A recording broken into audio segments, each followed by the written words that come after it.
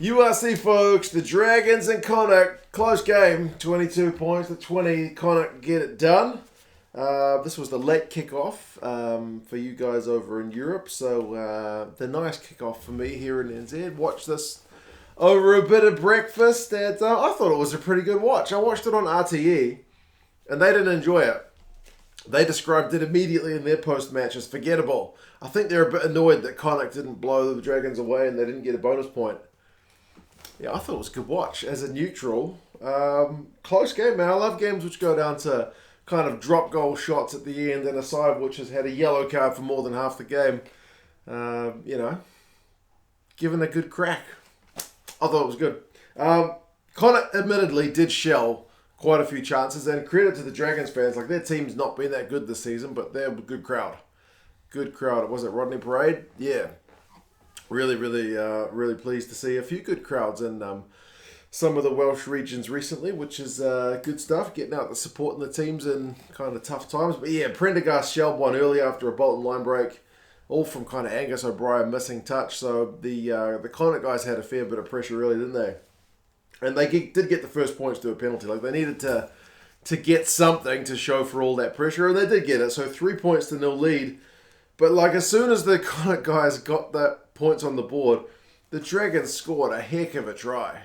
I mean, Bradley Roberts, the hooker with the line break and a hell of an offload, gets it to Hewitt. He's got a big carry. They get the ball wide eventually to Wainwright, who goes over. So it's a great try. 7 points to 3. The crowd is loving that.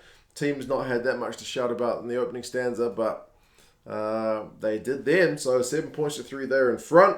And then Connacht brought their offloading game as well, man. I mean, Boyle was looking dangerous too. They went through a bunch of phases, and eventually Prendergast did get one. It was, like I said, the offloads were really the killer.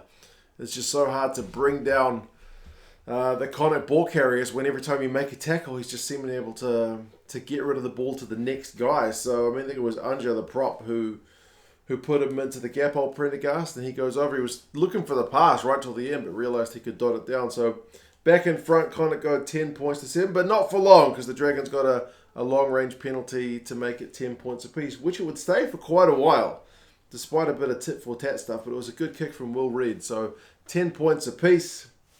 Dragons were having to make a lot of tackles, though.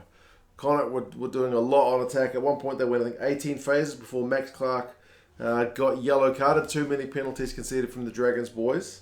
Offside for that one. And then they did stop for a TMO check, and unfortunately for the Dragons boys, Matt Screech got red carded for a shoulder to the head. They did stop the game for a long time to have a look at it. I thought they might have focused a little bit on the first contact point. It was kind of like, some angles looked like it was initially shoulder on shoulder, but either way, it wasn't a good look. And the ref was happy there was no mitigation, so he gets red carded. So that's a red and a yellow immediately. So it should be Connacht. Really, they've had all the pressure 15 on 15. Now you're 15 on 13. They should be running away with this game, but somehow they find themselves unbelievably unable to score. It looks like they've immediately punished with a 5-metre scrum, but Will Reid managed to get his legs under the ball when Boyle looked like he'd gone over. So great kind of try saver. Then they kept winning scrum penalties, did the Connacht boys. They would opt for a scrum again, like, was it 3 times? Before the Dragons guys eventually won a scrum penalty, so they were able to kind of exit and get out of dodge. So they did have another yellow card warning right before half-time, but the Dragons' maul defence managed to hold, man. So despite the fact they're 2 men down, they're hanging on. They've had 33% of the possession. They've had 30% of the territory. 2 men down. They've had less than half the run meters. It's 114 to 280. They've made 104 tackles to 35 and conceded 8 penalties to 3. And yet the score is all tied up. That's kind of a minor miracle in itself. Second half, Connacht start with 9 phases. Bolton has a big carry. But as they shift it the other way, Farrell's pass gets picked off by Rossa, who's not had much to do. And, yeah, man, he's gone. Intercept, his wheels, absolutely against the run of play. But 17-10, the yellow card is over. So this 2-man advantage period ends with the Dragons 7 points up. Who would have thunk it? So they added a penalty as well to make it 20 points to 10. That was during the red card period as it went on, so it was just a one-man advantage. But goodness me, the Dragons have got a 10-point advantage. Sadly for the Dragons, that's the last of their scoring. They did have chances to score at the end, but I mean, not before Connacht kind of had a big old kind of comeback period. Again, the Dragons were conceding penalties. They were maybe lucky not to get another yellow. They did get a warning for it. Connacht knocked the ball over the goal line, which was pretty frustrating, but it was a weird one in that, like, the Butler try comes not from Connacht working attacking play, but basically a scrum that just is a bit of a debacle, and Butler's like, oh, there's the ball, and I'll just run it over. So that's a little bit concerning for Connacht, that they had all these attacking chances, didn't really convert anything, and then they just kind of happened to snaffle one that's right place at the right time. But I mean, you still got to put in the pressure to give yourself that opportunity. So I don't want to not give them credit for it, but like the other chances they had where they did generate them, they weren't finishing. So 20 points to 17, they're still behind.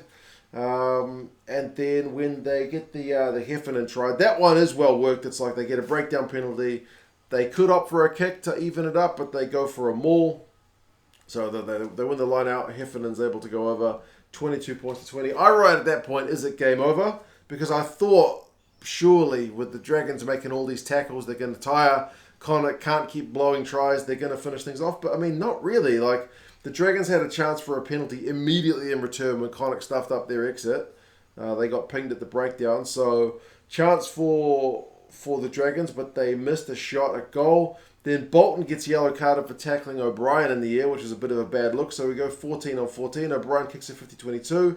There's a real chance for the Dragons. They go for a maul. They go wide. It looks like O'Brien's going to go over, but there's a miraculous try-saving tackle from the Connacht guys. They go back the other way. Hewitt gets held up.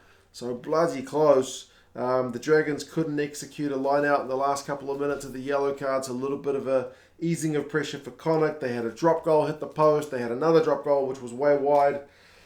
So, Dragons finished the game with the momentum, but not the execution to get just any score to go in front. So Connacht kind of a little bit lucky to hold on, but, I mean, they did do the work in the preceding period of the game to get ahead. But, yeah, man, tight game.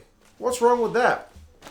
Both sides missed some chances, but you got to give credit to both sides' defences. I don't know. Possession finishes 44-56, so a little bit tighter. The territory is still 62-38 to Connacht, so they certainly dominated that area of the game. Run meters 382-308 to Connacht, so a bit evened up from the first half. Defenders beaten 25-13 to Connacht. Clean breaks 3-5 to Connacht. The Dragons make 145 tackles to 89. Both lineouts have a few issues. The Dragons guys missed 4, the Connacht guys missed 3. Penalty count evens up a bit, 10-8. So, yeah, man, I thought it was a good watch from two teams which are not at the top of the table. But, I don't know. Entertaining one for mine. Bolton, 5 defenders beaten 2 clean breaks. Connor Oliver, 16 tackles for Connacht. Wainwright, 4 defenders beaten plus his try. Rodri Jones, 18 tackles. But, there you go, man. Losing bonus point for the Dragons.